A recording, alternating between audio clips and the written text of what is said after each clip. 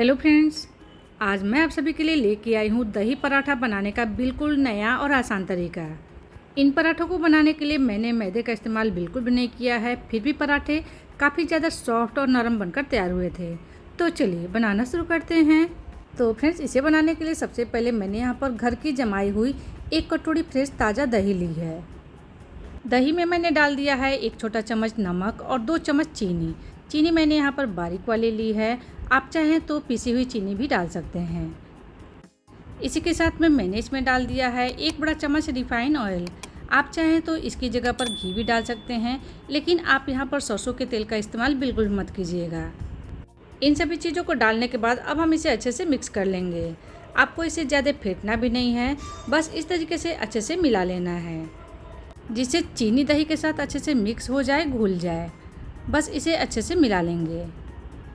तो देखिए, मैंने इसे बिल्कुल अच्छे से मिक्स कर लिया है। अब हम इसमें डालेंगे गेहूं का आटा। जी हाँ फ्रेंड्स, मैं इस पराठे को सिर्फ गेहूं के आटे से बनाने वाली हूँ। मैदा का इस्तेमाल मैंने बिल्कुल भी नहीं किया है। जिस कटोरी से नापकर हमने 1 कटोरी दही ली है, बस उसी कटोरी से नापकर मैंने यहाँ पर 2 कटोरी गेहूँ का आटा लिया है।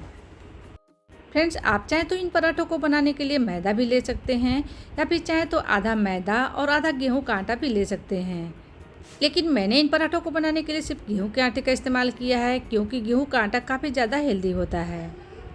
और इन पराठों में एक ख़ास बात भी है कि इसके लिए हमें कोई भी सेलेरी तैयार नहीं करनी है। बिना सेलेरी लगाए भी पराठे अनेकों परतों वाले बनेंगे और साथ ही साथ काफ़ी ज़्यादा सॉफ्ट और नरम बनकर तैयार होंगे।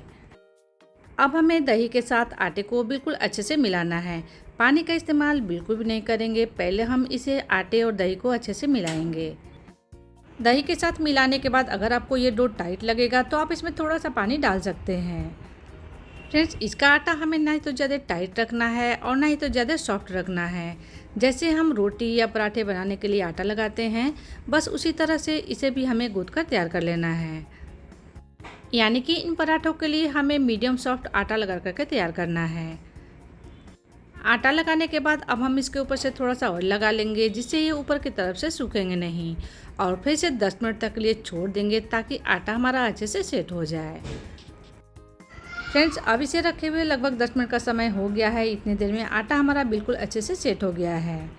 तो हम इसे थोड़ा सा और मसल कर चिकना कर लेंगे।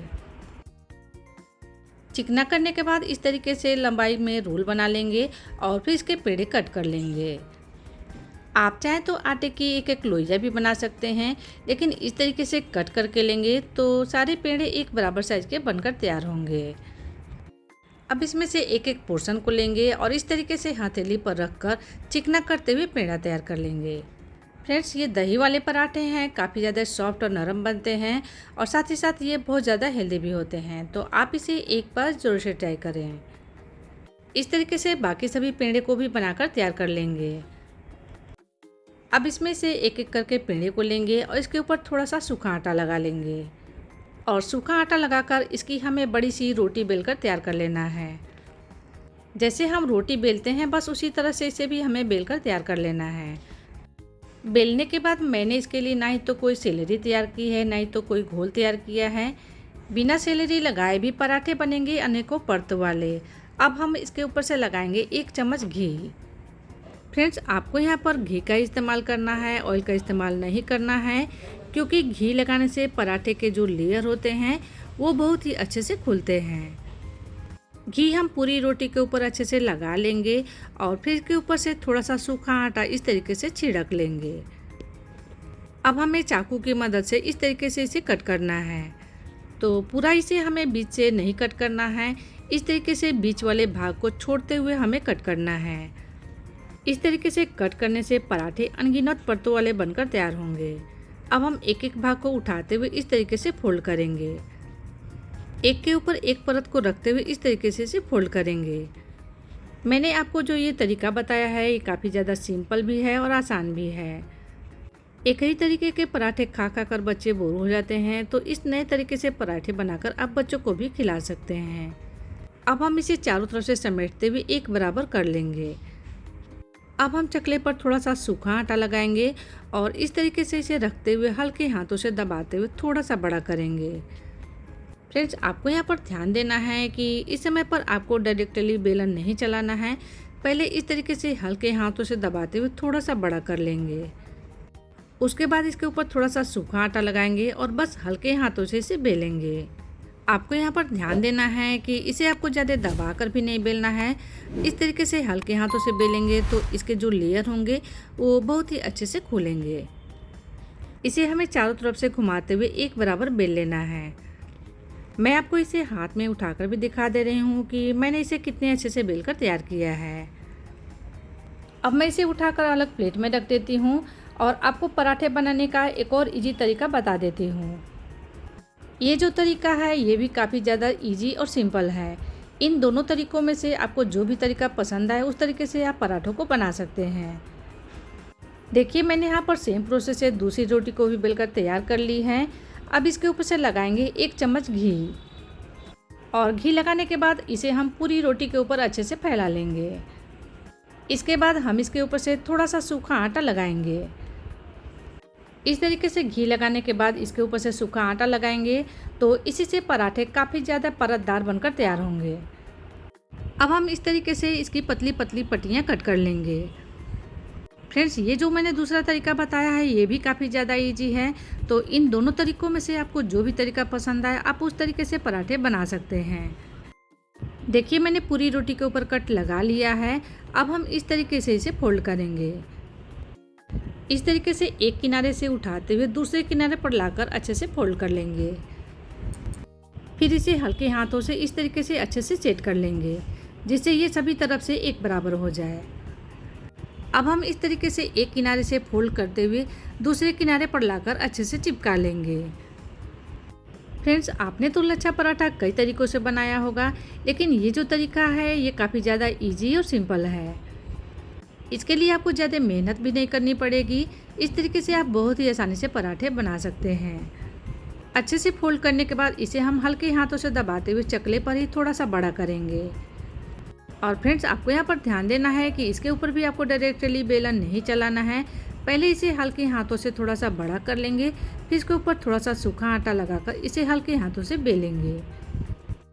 इस तरीके से जब आप इसे हल्के हाथों से बेलेंगे तो इसके जो लेयर हैं वो पकने के बाद बहुत ही आसानी से खुल जाते हैं।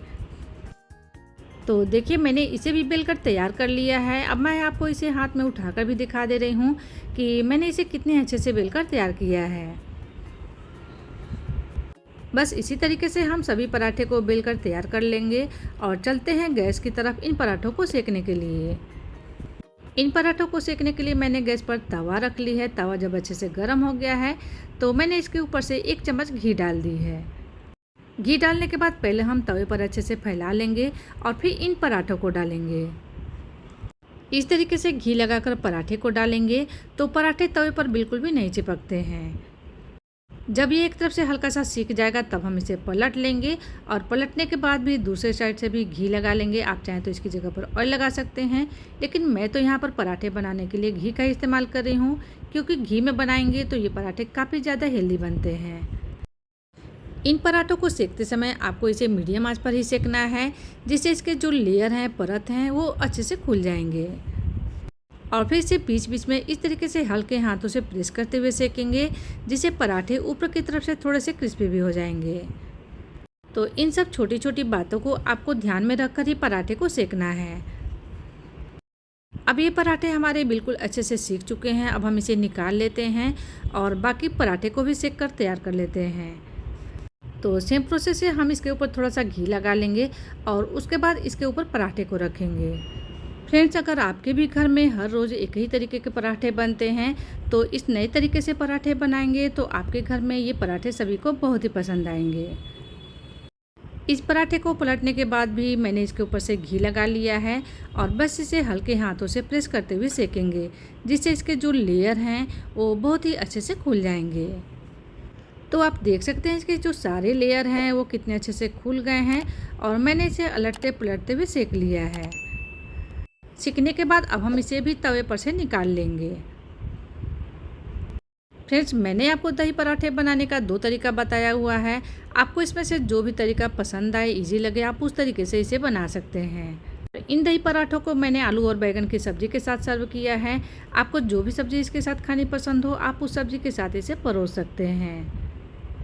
फ्रेंड्स, उम्मीद करती हूँ कि आपको आज का ये दही पराठा बनाने का तरीका बहुत ही पसंद आया होगा। पसंद आएगा तो आप इसे ट्राई ज़रूर से कीजिएगा और मेरी वीडियो को लाइक करना, चैनल को सब्सक्राइब करना बिल्कुल मत भूलिएगा। और अपने प्यारे से छोटे से कमेंट में लिखकर ज़रूर बताइएगा कि आप ये मेरी वीडियो कहाँ से किस किस जगह से देख रहे हैं। इस तरह से मुझे भी एक मोटिवेशन मिलता है कि मेरी वीडियो इतनी दूर दूर से देखी जा रही है। Thank you. मिलते हैं नेक्स्ट वीडियो में एक नई रेसिपी के साथ।